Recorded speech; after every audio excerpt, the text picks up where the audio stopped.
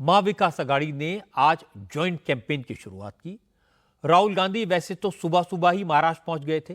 राहुल ने नागपुर में संविधान सम्मेलन में हिस्सा लिया। या राहुल ने बीजेपी और आरएसएस पर एक बार फिर संविधान को खत्म करने की साजिश का इल्जाम लगाया। फिर वो मुंबई पहुंचे।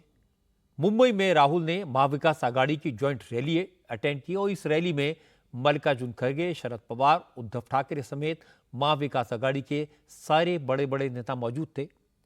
मां विकास अघाड़ी के ज्यादातर नेताओं ने अपनी गारंटीज की बात की, लेकिन राहुल गांधी ने मुंबई में भी जेब से संविधान की लाल किताब निकाली और कहा संविधान खतरे में है, यह संविधान बचाने का चुनाव है।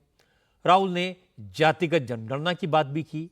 उन्होंने कहा अगर महाराष्ट्र में मां विकास अघाड़ी की सरकार बनी तो जातिगत जनगणना होगी और जब केंद्र में कांग्रेस की सरकार बनेगी तो आरक्षण से 50% की लिमिट खत्म कर दी जाएगी।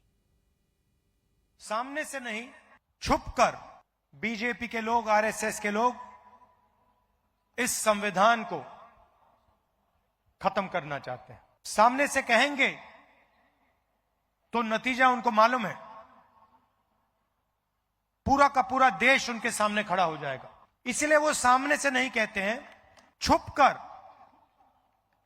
संविधान को कमजोर करते हैं। अगर यह संविधान खत्म हो गया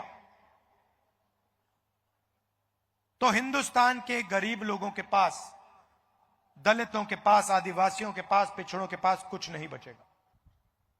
महाराष्ट्र में भी जैसे ही हमारी सरकार आएगी हम जाति जनगणना का काम शुरू कर देंगे। और पार्लियामेंट में मैंने साफ कहा है,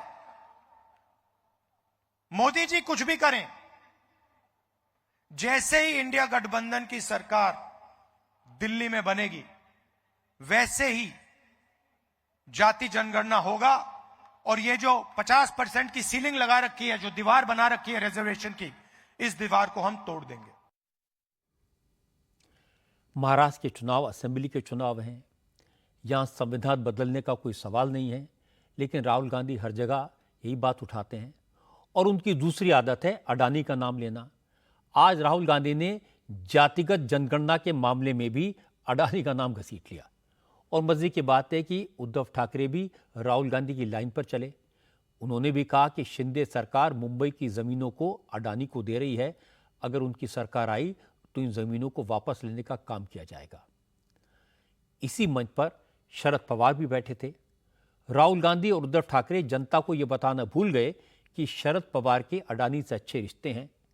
वो अडानी से कई बार मिले हैं और उन्होंने कभी अडानी के बारे में एक लफ्ज नहीं कहा।